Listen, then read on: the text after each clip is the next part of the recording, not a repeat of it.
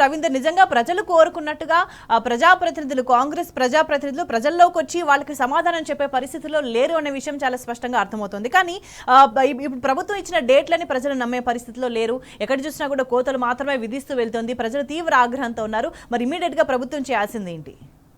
ప్రజలు ఏం కోరుకుంటున్నారు?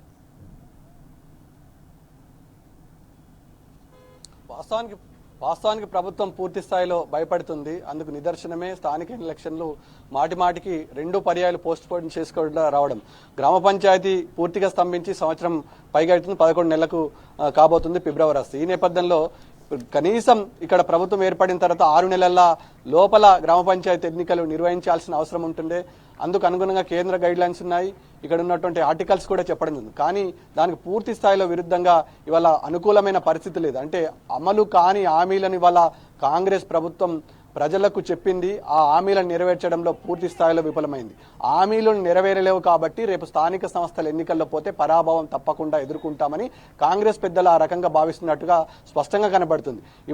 కనీసం ఇవాళ ఈ మున్సిపల్ కోడ్ రాకన్నా ముందు, మున్సిపల్కి సంబంధించిన స్పెషల్ ఆఫీసర్లు పాలన కొనసాగకన్నా ముందు గ్రామ పంచాయతీ ఎన్నికలు నిర్వహిస్తామని గతంలో అనేక సార్లు ఉన్నటువంటి కాంగ్రెస్ నాయకులు చెప్పారు. కానీ ఇవాళ ఈ గ్రామ పంచాయతీల కోవలకే మున్సిపాలిటీలు కూడా వెళ్ళినాయి. దాదాపుగా రాష్ట్ర వ్యాప్తంగా అదే పరిస్థితిని ఉంది. ఇప్పుడున్న పరిస్థితిలో మున్సిపల్ ఎన్నికలు కానీ, అదేవిధంగా ఇప్పుడున్న పరిస్థితుల్లో గ్రామ పంచాయతీ ఎన్నికలు కానీ నిర్వహించడం గవర్నమెంట్ కు పెద్దగా సవాలుగా ఉంది. అందుకు సాహసం చేయే పరిస్థితి అయితే స్పష్టంగా కనబడుతుంది. 2 పర్యాయాలుగా ఈ రకంగా తప్పించుకునే ప్రయత్నం చేస్తారు. కానీ మే వరకు ఎలక్షన్ పెట్టడం అత్యంత సాధ్యం కాదని రాజకీయ విశ్లేషకులు కానీ, అదేవిధంగా మేధావులు కానీ అభిప్రాయపడుతున్న సందర్భం స్పష్టంగా కనబడుతుంది. ఈ నేపథ్యంలో మే వరకు ఎలక్షన్ జరగకపోతే దాదాపుగా గ్రామ పంచాయతీ స్తంభించి 15 నెలలకు కావస్తుంది. ఇందులో ఈ 16 ఫైనాన్స్ సంబంధించిన కేంద్ర ప్రభుత్వం విడుదల చేసే డబ్బులు రాష్ట్ర ప్రభుత్వానికి చేరే ఆస్కారం కూడా ఉండదు. కాబట్టి అదొక మళ్ళా పెద్ద క్రిటికల్ సమస్య కూడా ఏర్పడే ప్రమాదం ఉంది. మొత్తానికి గవర్నమెంట్ ఎలక్షన్ ను నిర్వహించడం సాహసోపేతమైన నిర్ణయంగా